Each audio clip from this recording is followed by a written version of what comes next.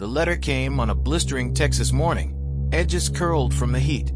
Across the top, in bold black print, a single line froze Sammy where he stood. Notice of ownership transfer.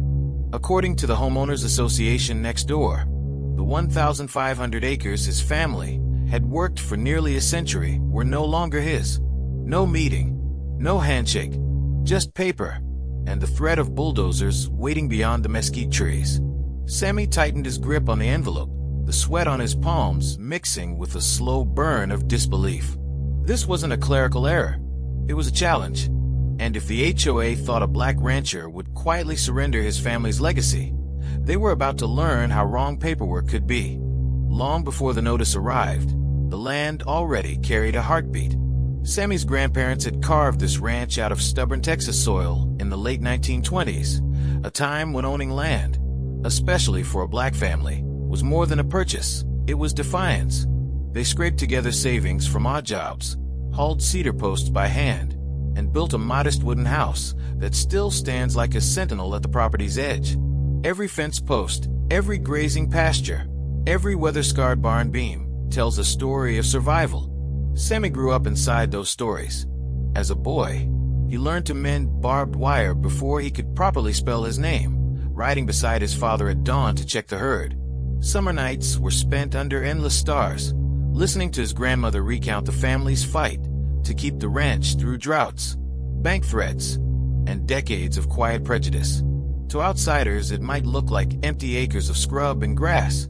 To Sammy, it was the cradle of his identity, a living archive of sweat, sacrifice, and dreams. Losing it wouldn't just mean signing away a deed. It would mean erasing generations of grit and turning his grandparents' struggle into a footnote. The land was more than soil. It was proof that his family had endured when the world expected them to fold. That was the weight in Sammy's chest as he read the HOA's claim. They weren't just challenging a property line. They were threatening the very history that made him who he was. For years, the homeowners association had been creeping closer, like a slow tide of concrete and manicured lawns pressing against the wild edges of Sammy's pasture. What began as a small cluster of houses a few miles away had swelled into a sprawling development, gated entrances, glittering streetlights, and developers with deep pockets who saw every open acre as profit waiting to be paved. At first, Sammy thought little of it. Ranchers in Texas have weathered neighbors before, but this HOA was different. Backed by a partnership of real estate investors and ambitious board members, they carried the arrogance of people who believed their paperwork and money could bend history. Quiet rumors reached Sammy through local feed stores and fence-line conversations. The association planned a massive expansion, and his 1,500 acres were the missing piece that would connect two luxury subdivisions.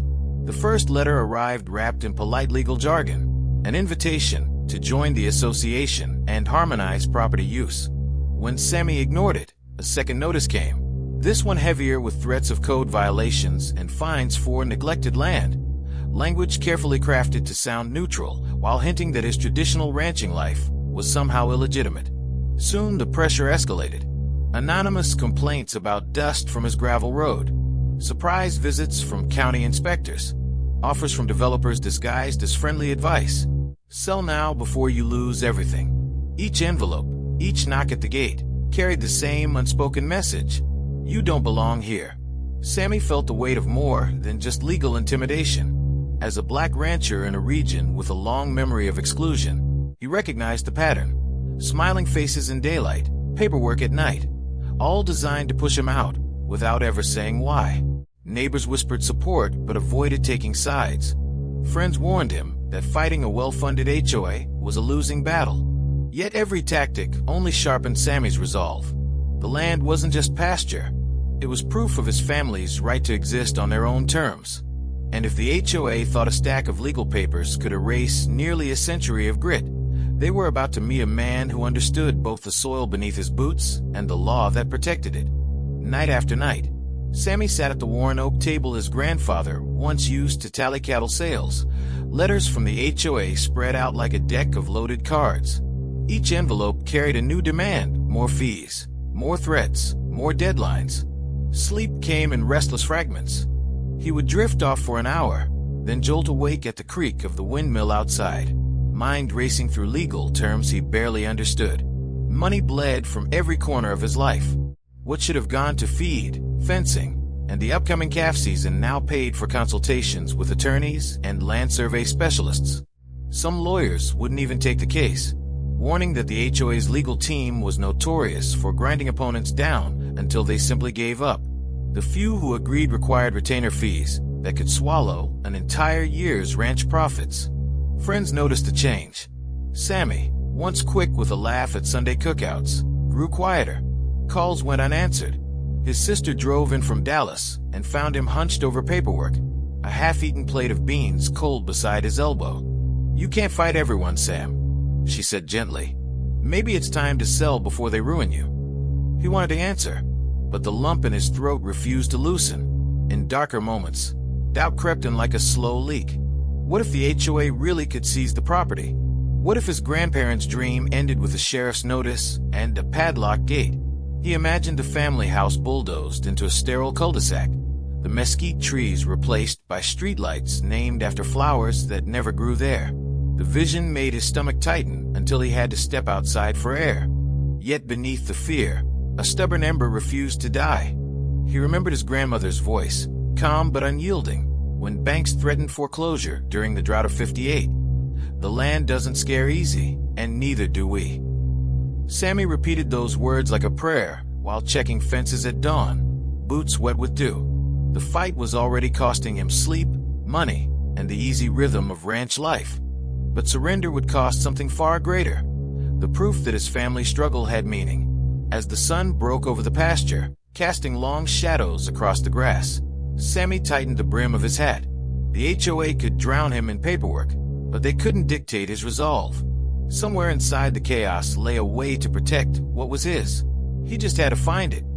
The breakthrough came on a stormy Saturday evening when the ranch house felt as restless as Sammy's own thoughts. Rain rattled the tin roof while he searched for a misplaced invoice in the back storage room, an old pantry that smelled of cedar and dust. Against the far wall sat his grandmother's cedar trunk, the one she'd guarded like a treasure chest, but never fully explained. Sammy knelt and eased open the lid. Inside lay a quilt, a stack of yellowed photographs, and beneath them a bundle of brittle papers tied with twine. He untangled the knot and unfolded the top sheet. The handwriting was neat but firm, ink faded to the color of storm clouds. Across the header it read, "Warranty deed, 1929. His pulse quickened. This wasn't just any deed. As he scanned the pages, phrases jumped out like sparks in the dark. Perpetual grazing rights, exempt from annexation, binding to all successors and assigns.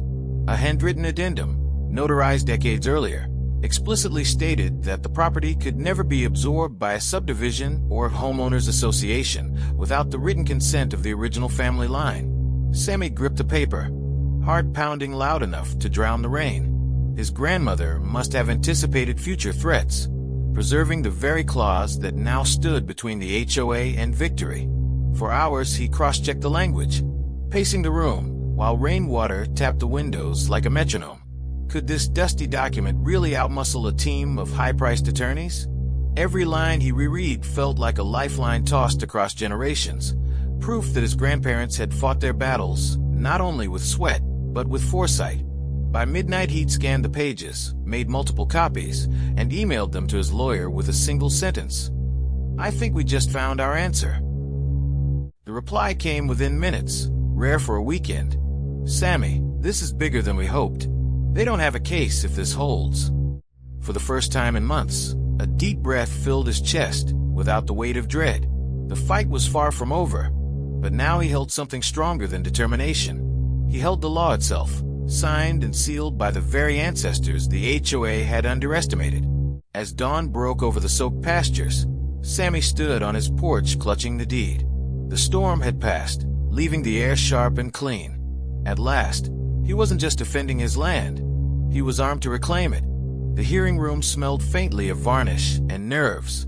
Rows of polished chairs faced a long oak table where the HOA board sat stiff and smug, flanked by a pair of suited attorneys who radiated quiet confidence. They had arrived early, spreading thick folders across the table like generals mapping a sure victory. Sammy entered without an entourage, hat in hand, a single weathered briefcase tucked under his arm. The room seemed to tilt as the board chair offered a tight smile. "Mr. Johnson," she said, her tone dripping polite dismissal, "we hope to resolve this matter quickly."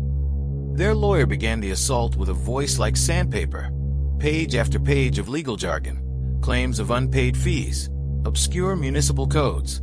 Each statement was delivered with the certainty of someone expecting no resistance. When the attorney slid a glossy map across the table, showing bright future subdivisions where Sammy's cattle now grazed, a few board members even allowed themselves a satisfied nod. Sammy waited, face unreadable, until the lawyer finally leaned back with a practiced sigh. "It's a simple matter of compliance," he said. "Your client must release the property for community development or face penalties." Sammy's attorney stood slowly, eyes steady. "With respect, this land is not subject to your association's authority." He opened a briefcase and laid a single document on the table. The paper looked unremarkable, yellowed edges, faint ink. But as he read aloud the key clauses of the 1929 deed, the room shifted. Words like perpetual rights and exempt from annexation cut through the legal fog like a clear bell. The HOA lawyer frowned, flipping rapidly through his own binder. This addendum, how did you?" His voice trailed off as he realized the signatures were notarized, sealed, and irrefutable. Sammy kept his gaze on the board, calm but unyielding. "My grandparents protected this land for moments just like this," he said quietly. "I'm simply honoring their work." Silence settled like a heavy quilt. One board member coughed. Another looked away. Finally, the chair cleared her throat. "It appears this hearing is premature. We'll need to review these documents." But everyone in the room knew the battle had already turned. The HOA had underestimated the quiet man with the weathered hat, and the generations of resilience standing behind him. 2 weeks later, the decision arrived in a single-page court order stamped in bold, "Case dismissed." The HOA's claim was void. The land remained, unequivocally and forever, in Sammy Johnson's name. When his lawyer called with the news, Sammy stood alone in the corral, the evening sun washing the pasture in molten gold. For a long moment he said nothing, just gripped the phone as a wave of relief rolled through him. Years of worry collapsing into the quiet rhythm of crickets and wind. Word spread quickly through the county. Neighbors who had watched the fight from the sidelines began driving up the dusty road, trucks honking in celebration. Old ranchers clapped Sammy on the back. Children chased each other across the yard where his grandparents once hosted Sunday picnics. Even the local paper ran a headline that felt like a victory lap. "Rancher defends legacy. HOA backs down." In a twist that drew quiet smiles across the community, the HOA soon approached Sammy with an unexpected request. Their planned hiking trail needed a small easement through his property.